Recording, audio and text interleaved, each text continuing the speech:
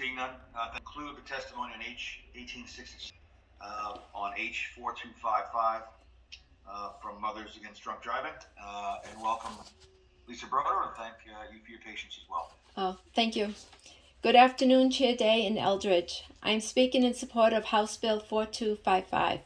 24 years ago, our life was changed forever by a man who chose to take cocaine and drive under the influence of alcohol.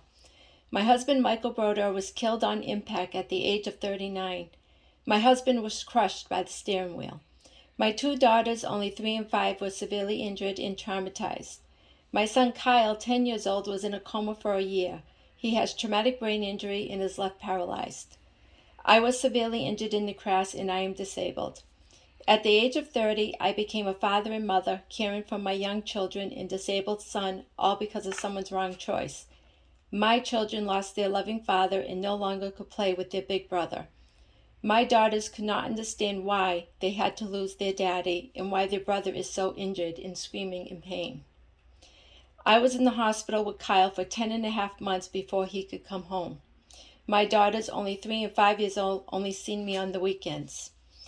I could go on and on about how this man changed our life forever, but it really doesn't matter because my family's life will never change.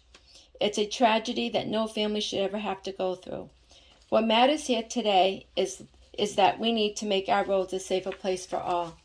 I wish I could take all the impaired drivers and have them live just one day like my son.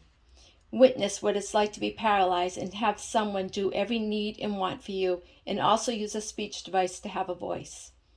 I wish I could put people in my son's body and witness all his spasms and feel their bones churn in the agony of pain he endures each day. Kyle has had 28 surgeries to date and is sedated every 13 weeks for a procedure to help with his pain. My son lives a hard life, but thank God he can still smile and enjoy life at times. A person who chose to get behind the wheel of a vehicle makes a decision like we all do. They choose to get behind a wheel and drive impaired. They know beforehand. It is unfair to the people that are just trying to get to their destination safely. My husband is in a coffin. He doesn't have a choice to get a second chance like our impaired drivers do. It was a death that should have never happened. I wouldn't wish our crash on anyone. It's been life-changing. It's a life of hospital stays, appointments, surgeries, lots of pain and suffering. Kyle will often say, "Why do I suffer so much? Why didn't I die with Daddy? I want to walk again. I have a girlfriend and my own family." The conversations we had are so heart-wrenching. I wouldn't wish any parent to go through this.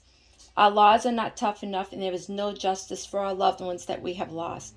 Our license is not a license to kill or injure someone. Drugs and alcohol are out of control. Everyone thinks won't happen to them. We need tougher laws and mandatory jail time for killing someone and not just a slap on the wrist.